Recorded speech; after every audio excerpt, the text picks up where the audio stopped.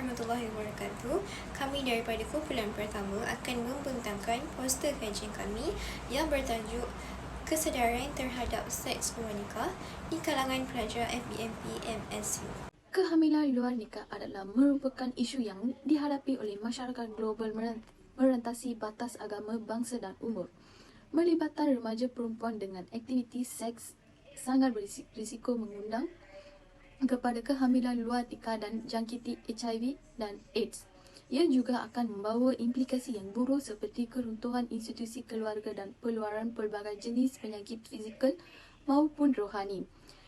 Isu gejala sosial yang berlaku mencetus keadaan yang sangat membimbangkan antara peningkatan kes hamil tanpa nikah golongan remaja.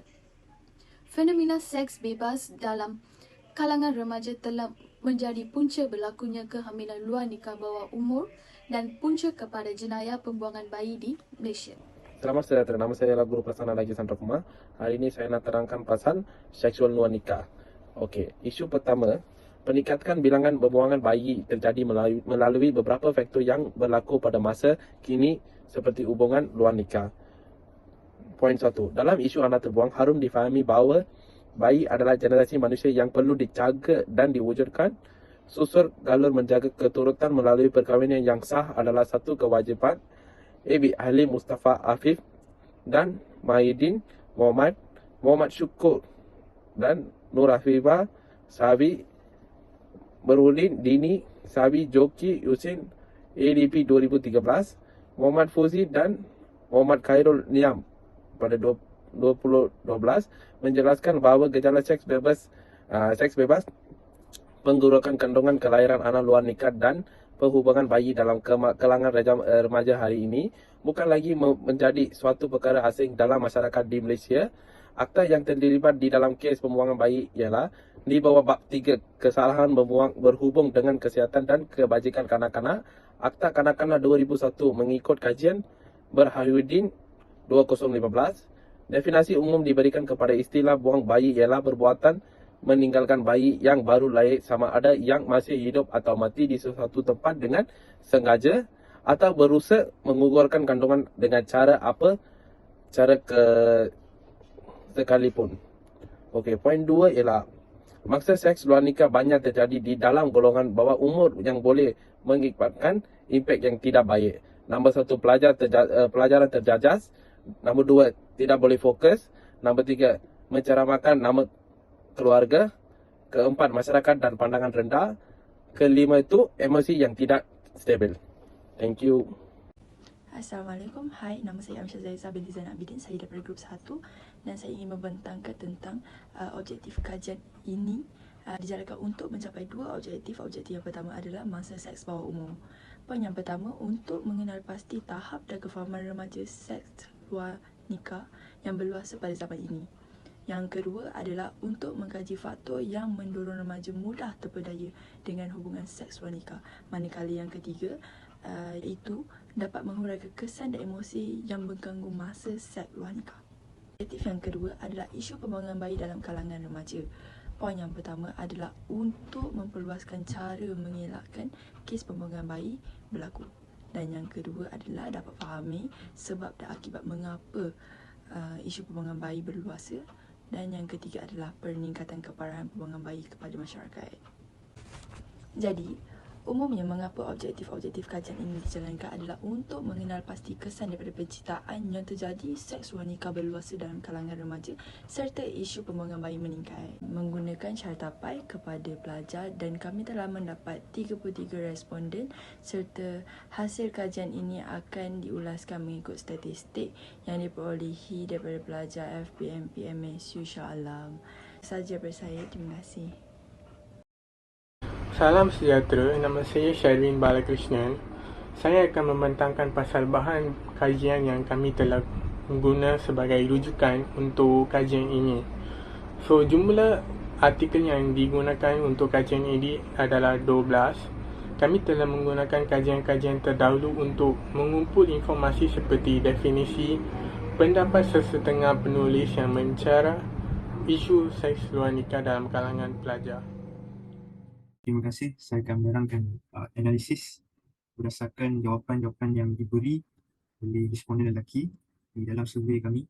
Pertama sekali, majoriti responden lelaki bersetuju dan sangat setuju bahawa seks luar nikah memberi impak yang negatif terhadap kedua-dua jantina. Ini kerana mereka yang melakukan hubungan seks luar nikah mempunyai keberhasilan yang tinggi untuk mendapat penyakit seperti HIV, hepatitis dan yang lain-lain. Penyakit yang tidak mempunyai penawar buat masa ini. Yang kedua, lebih 98% responden lelaki setuju bahawa kes gangguan seksual semakin berluasa jika diperhatikan hampir setiap hari di media sosial seperti di Facebook, Instagram dan TikTok, di mana kes gangguan seksual akan sentiasa terpapar. Dan yang menyedihkan ia berlaku terhadap wanita-wanita yang bawah umur seperti yang masih bersekolah ataupun yang masih di sekolah rendah lagi. Ini menyebabkan mereka bersetuju bahawa gangguan seksual semakin berluasa dan harus diambil tindakan yang tegas. Yang ketiga, kurang daripada 2% responden lelaki tidak setuju bahawa seks luar nikah boleh terjadi daripada pengaruh makan sebaya. Saya ada membuat beberapa temubual kepada rakan-rakan saya yang jawab survey ini dan mereka mengatakan perbuatan ini sebenarnya terpulang pada diri kita. Ia bukan disebabkan oleh rakan. Ada yang berpendapat ia juga bukan disebabkan oleh video-video lucah. Ia disebabkan oleh pilihan kita sendiri. Dan mereka bersetuju bahawa benda ini terjadi kerana tiada keprihatinan daripada ahli keluarga mereka. Disebabkan itu, golongan yang melakukan seks luar nikah ini, mereka mencari kasih sayang di luar tabi'i. Itu sahaja. Seterusnya saya akan memberi kepada Nuha. Assalamualaikum dan hai. Nama saya Nuha binti Ahmad Fadil daripada Grup 1 dan saya akan menyambung untuk mengulaskan tentang hasil kajian berkenaan dengan tahap kesedaran wanita ataupun perempuan di kalangan MPMP MSU berkenaan dengan seks luar nikah. Secara keseluruhannya, majoriti daripada pihak perempuan mengatakan dan bersetuju bahawa isu pembuangan bayi yang mendatang daripada isu seks luar nikah adalah dari sifat tidak bertanggungjawab dan juga sifat-sifat yang kita boleh lihat iaitu elemen-elemen lucah yang tersebar di media sosial ataupun di ruang internet.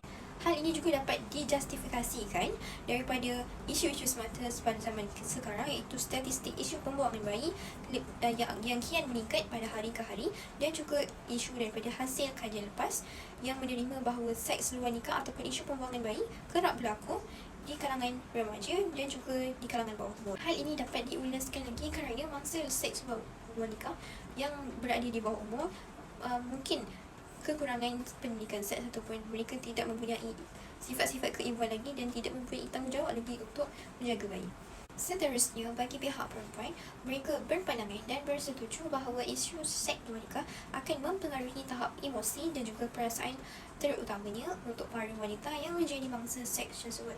Hasil dan data yang telah didapati boleh dianalisiskan melalui hasil kajian lepas juga mengatakan bahawa orang-orang perempuan ataupun mangsa-mangsa perempuan yang merasai ataupun mempunyai pengalaman seks luar nikah akan merasa kesal dan sukar untuk berjumpa dengan orang lain kerana persepsi dan pandangan orang lain yang buruk terhadap mereka, dan ia juga mempengaruhi cara mereka berfikir dan cara emosi mereka pada setiap hari dan mungkin akan mempengaruhi juga tentang masa hadapan mereka.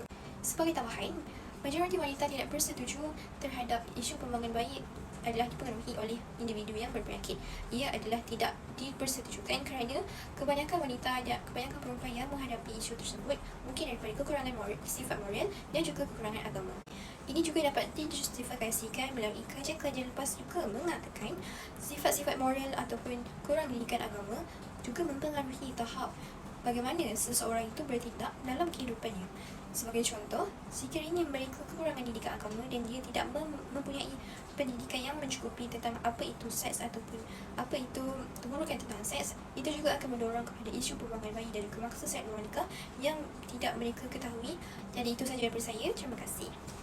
Assalamualaikum. Nama saya Farhan Azmi bin Lazi. Hari ini saya akan menerangkan tentang cadangan terhadap seks luar nikah dalam kalangan remaja. Cadangan pertama, kita haruslah beri pendidikan seks yang menyeluruh kepada remaja. Pendidikan seks yang sepadan dengan umur dan menyeluruh harus digariskan dan diperkenalkan di seluruh sekolah di seluruh negara. Pendidikan seks menyeluruh terbukti akan melambatkan permulaan hubungan seks dan mengurangkan kelakuan seksual berisiko. Sukatan sekarang ini tidak lengkap dan kekurangan maklumat penting berkenaan alat pencegahan kehamilan.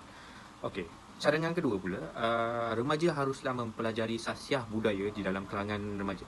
Berdasarkan kajian, remaja haruslah mempelajari sasiah budaya tidak kira dari sekolah ataupun didikan ibu bapa kerana ia dapat membentuk remaja menjadi manusia yang bersasiah. Ia sekaligus tidak terjerumus dalam aktiviti yang tidak bermoral seperti perbuatan seks luar nikah. Walau bagaimanapun, ibu bapa juga harus memantau tentang persekitaran sosial anak-anak mereka. Aktiviti ini juga dipengaruhi oleh rakan sebaya yang kian lama tidak mengamalkan adab-adab yang baik. Cadangan ketiga, memantau pergaulan bebas di antara remaja. Kita sudah sedia maklum, kes seks luar nikah di kalangan remaja semakin berluasa hari demi hari. Pergaulan bebas dijadikan medium utama terjadinya seks luar nikah yang berlaku di era ini.